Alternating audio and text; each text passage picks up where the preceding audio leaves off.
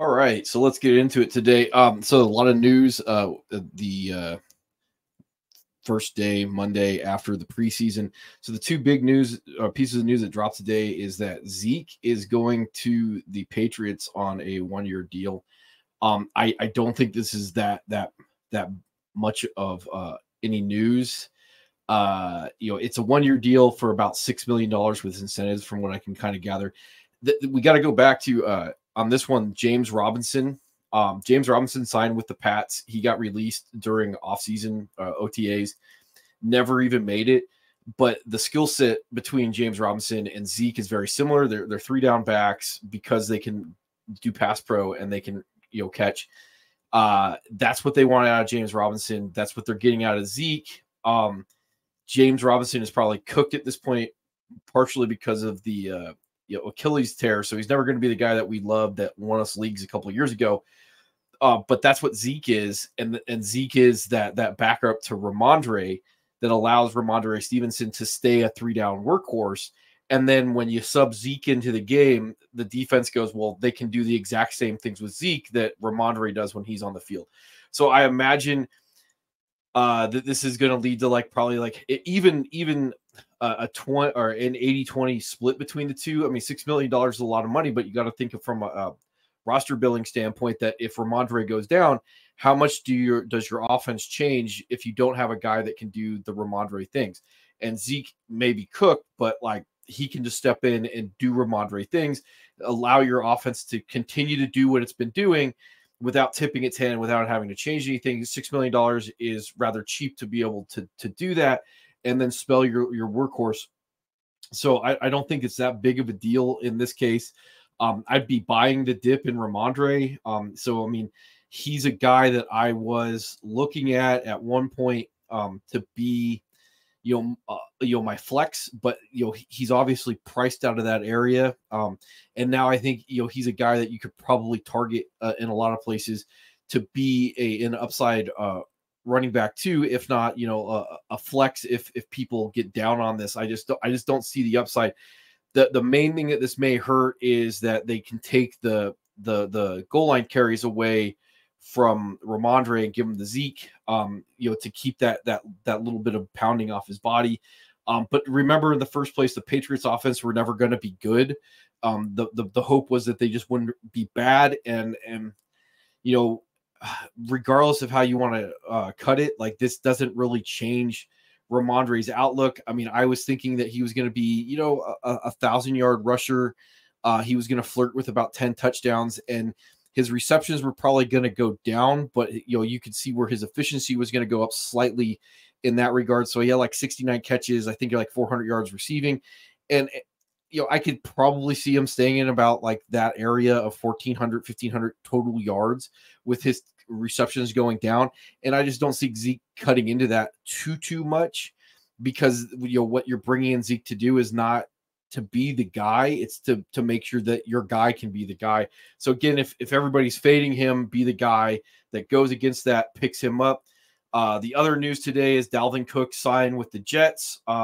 This is a bigger deal, but I wasn't buying Breece to begin with because I have my ACL done. It takes about a year to come back from. Everybody's using the Adrian Peterson outlier season. It's just probably wasn't something that you were going to see Breece Hall come back and be 100%. There's no guarantee that the Jets offense is going to be good. Again, just because the Jets offense isn't good doesn't mean that they're going to be bad, but they're probably not going to be good. And Delvin going to there does more to allow Breece to be, to heal on the time frame that they need to have these two guys be relatively, fresher to go into the playoffs. I mean, all the teams in the AFC East look like they got a chance at playoffs. Something like this for the Jets pushes them towards like we're making a real run.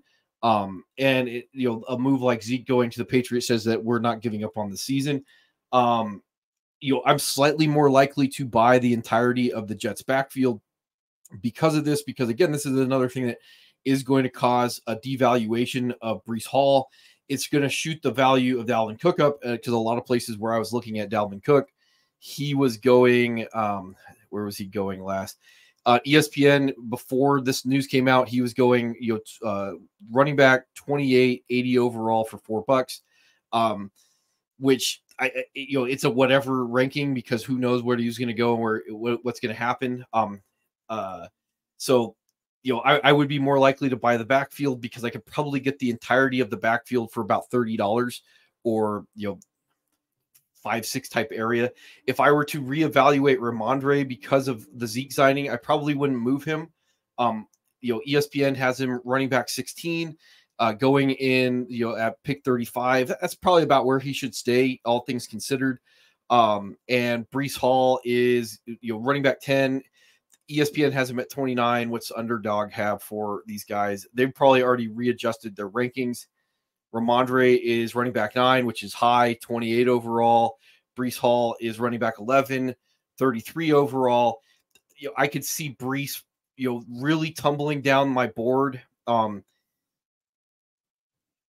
probably to a low end running back 2, and that's probably about where I would put Dalvin. And they would be really ranked right next to each other. So if I could get both the entirety of the backfield for about like $15 or, like a 5-6 round value and just kind of see how it shakes out. And that's one of the things that I was going to talk about with like strategy today is if I can find it, handcuffs versus buying backfields. And they're probably not the same thing because like if I buy a handcuff, that's insurance against my starter. If I'm buying a backfield, it means that I could potentially use both guys in any given week, but I'm taking the entirety of the value of the backfield, and I just want to see how it shakes out.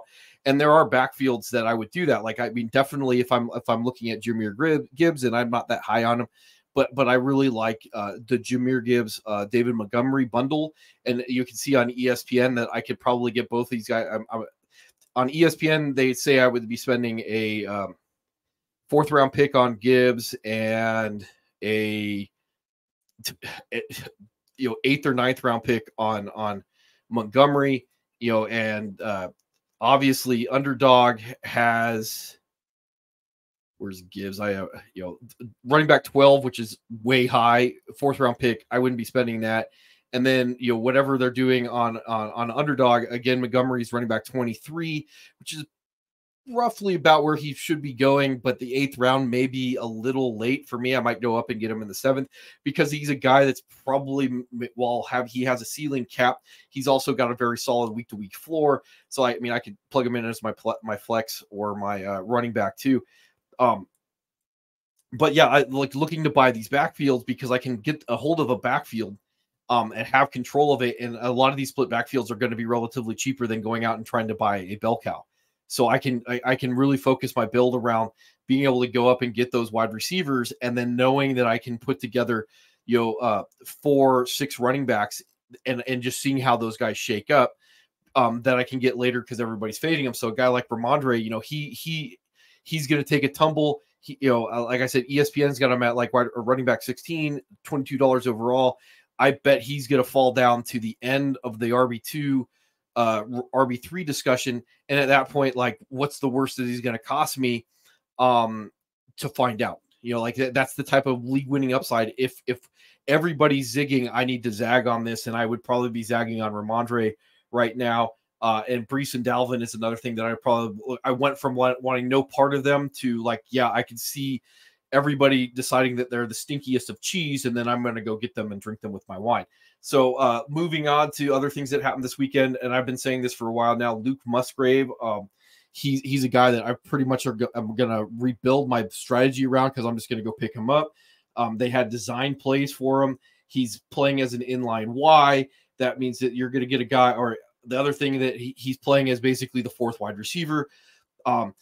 The bar is so low, and other things that I should have had pulled up ahead of time, but the bar is so low for tight end when we look at like what we need to have, like, for lack of a way to put it, like league winning upside. Like Evan Ingram last year came in as tight end number 5 and 73 catches, 766 yards, 4 touchdowns.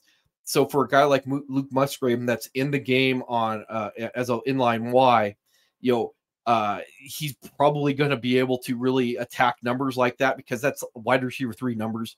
That's not even wide receiver 3 numbers, and we're going to get that out of a tight end. The narrative about, oh, rookie tight ends never pay off. Well, we have to ask why. Usually rookie tight ends don't have the capital to force a team that needs to play them. They don't have the position that they need to force a tight end in the lineup right away. And in order to have a really fantasy relevant tight end, he has to be the number 1 or number 2 target in a higher volume passing offense. What we're looking at in Green Bay, again, this is another offense that projects to not be good, but also that means not be bad. Christian Watson is a number 2 wide receiver. He's a really good number 2 wide receiver, but some of the things that we expect of a number 1, where he's just going to be that target hog that can just get those PPR receptions that just start sending his weekly upside up. He's just not that guy. He's going to have boom weeks. He's probably going to have bust weeks. There's going to be teams that can take him away, or at least try and take him away. And that's why a guy like Luke Musgrave can step in. It's the Packers offense is going to be volatile. Aaron Jones could lead the team in receptions.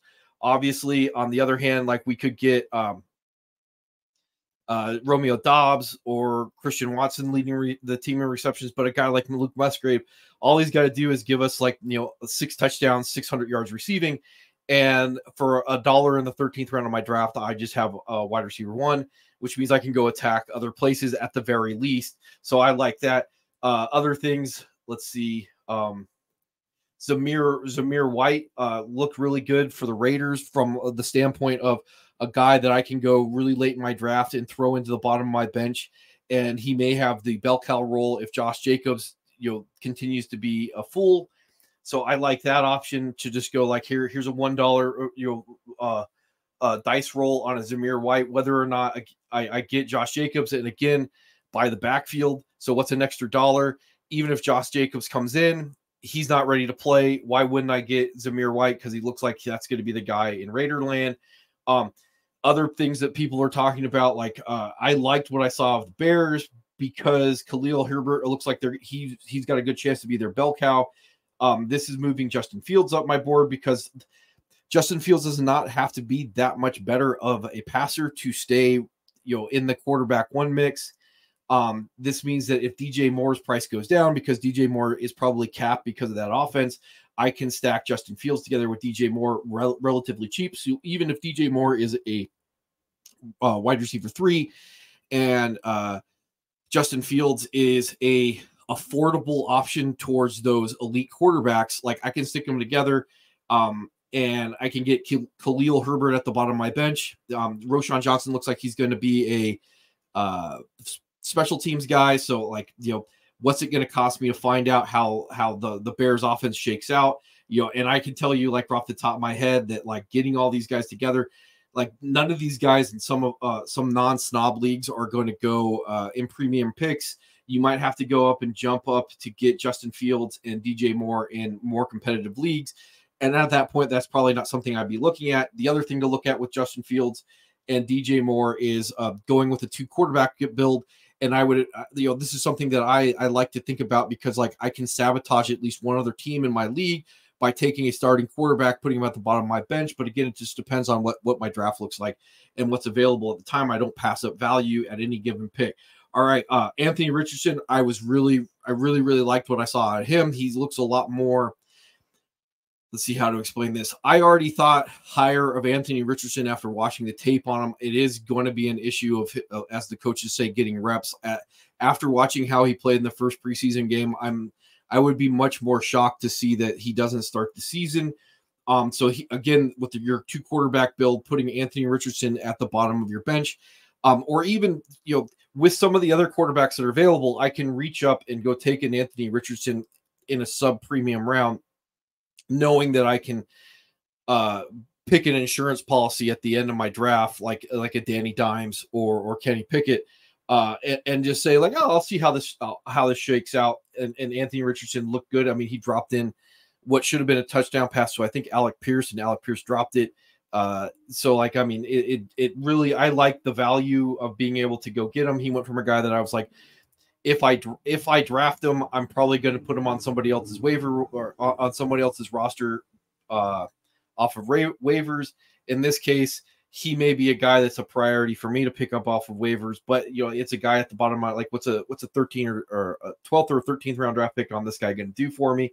It also pushes Michael Pittman way up my board. He goes from a guy that like looks like in ESPN leagues, as I see if I can pull this back up for everybody, or at least I could pull up on Underdog, that Michael Pittman on Underdog is going wide receiver 37, 70 overall. I mean, if Anthony Richardson is even close to being starter ready, I mean, even if there's a lot of mistakes, a guy like Michael Pittman that they potentially could just tattoo targets to, like what's it gonna cost me from a guy who's basically almost a sub wide receiver 3 in an 8th round non-premium pick to find out. So now, just because of that one game, he shoots up my board. He's relevant. Not only is he the possibility that I would run him as a flex, but there's also a possibility that he's a good bench stash that's going to cost me nothing. I think on ESPN, when I was looking it up before, he's like $5 in your auction league, which is probably something like an 8th round pick. So what's the worst he's going to cost me? And he's not a guy at this point from a resources standpoint that's going to hurt my feelings too much to move on from relatively quickly if it just doesn't look like it's going to shake out. I have Ty Chandler. He took the reps there in Minnesota, all of them. The issue why he's another late guy moves up onto my board that wasn't there before, even though other people had him, is Alexander Mattison signed a deal that is essentially like backup running back money. So like if someone takes his job and he goes back to being the 35% guy, that's fine with me, or that's fine with the team because that's what they paid him to do. So a guy like Ty Chandler, if they're looking for him to be more of a bell cow, like that's a guy I can take late my draft and just go, well, we'll see how this shakes out. It's also a guy that if I'm taking Alexander Mattison to be an RB2, I'm going to go out and I'm going to buy the backfield because I need to know how it shakes out. Another thing in this, if I can pull this up in time, let's see the cheat sheets. I noticed that Tony Pollard got really smashed up the board all the way to, I think he was like running back 9. Now he's up to running back 6. So he's going to go as a fringe first rounder, early third rounder. They also moved Josh Jacobs and Jonathan Taylor down. Those guys are getting closer and closer to do not draft land. With Tony Pollard going as a late first round, early second round draft pick, running back 6, you're really cutting into the upside and you're drafting him to be that guy. And I don't see that at this point, because the other thing that I saw that really gives me a little bit of worry, and I love Tony Pollard this year, is Jake Ferguson looked really good stepping into the Dallas Schultz role. And part of the reason why Tony Pollard looks so good is because there's vacated targets. Well, if those vacated targets are going to be taken over by a guy that's in-house, those targets aren't going to go to Tony Pollard. We kind of needed 10 more receptions from Tony Pollard to really start having him flirt with a top 5 upside. If those targets aren't there and ESPN's moving him up the board, now I can look at going, hey, I'll just take my Ramondre, my downgraded value of Ramondre, and I can more so than having to pay up to get a Tony Pollard, even though I still like Tony Pollard. Last note, this is something I didn't hear, or not last note, that I've written down is Clayton Tune, the rookie quarterback for the Arizona Cardinals, didn't look good to me. Why this is a big deal? It's because we basically know what we're going to get from Colt McCoy. Who knows when Kyler Murray is going to be back? So everybody in that Arizona offense, there's Clayton Tune was the last gasp for that Arizona offense being anything but bad this year. He didn't look good. That offense is probably going to be bad. Bad offenses don't score points. There's your high value touches that go away. So anybody with Arizona next to their name, I'm not going to touch. And it doesn't matter what the value is. I mean, most of the time you say, like, if a guy has the ability to be the number one passing option or a bell cow running back, you got to go take him. In this case, you actually could have a lower likelihood of range of outcomes for a player like a James Conner going running back 20, 48th overall on ESPN. Like, he could actually finish lower than that, even though that he's not fighting anybody for significant touches and he's getting him most of the work because they're that bad. The other thing is CJ Stroud did not look good to me. So one of the things that coming in the offseason is the really, really bad Houston offense may not be good this year.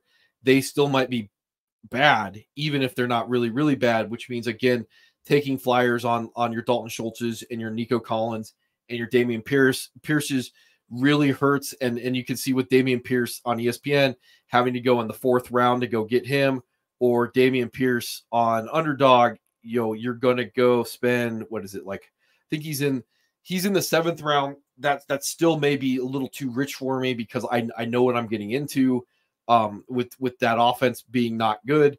I had Dameon Pierce. He pushed me to a chip. I like him. The reality of it is, if there aren't points to be scored, the guy is capped. There might be other guys in that area. And like you see on Underdog, I can go get a David Montgomery in that area. I know that Detroit offense is going to be good. And that means I know that there's a better range of outcomes for David Montgomery in the same area than a Dameon Pierce. And finally, I have a note about how to handle your draft. I like to draft guys late that I think will be guys that are the experts are saying, hey, this is the priority pickup this week. I already like to have them on my roster. So if you're watching YouTube videos, if you're reading articles, and people are telling you to go pick up a guy, you usually want it to be the week before they tell you to go pick up a guy. Those are the type of guys I want to be drafting late in my draft, because if those guys don't pay off, I'm going to be throwing them away and picking up the new guy that I'm trying to beat everybody to the waiver wire with. So some of these guys, like your Ty Chandlers, your Luke Musgraves, those are going to be the guys that I want to have be my stocking stuffers at the end of my draft, because I have to have the ability to roster churn. I have to have the ability to pick up a second defense later in the year. I have to be able to survive bye weeks. Those roster spots are going to get moved regardless. You don't want to have it in a position where you almost have too good of a roster, or you have you think that the guy is worth more because he's on your roster than he actually is in real life. So like having a guy like Luke Musgrave fail is a good thing in my book, because now I get to move on from him, and that roster spot stays fluid for league winners. So anyway, that's about all I got to say for today. Maybe if possibly I have something to say for tomorrow, I'll record again.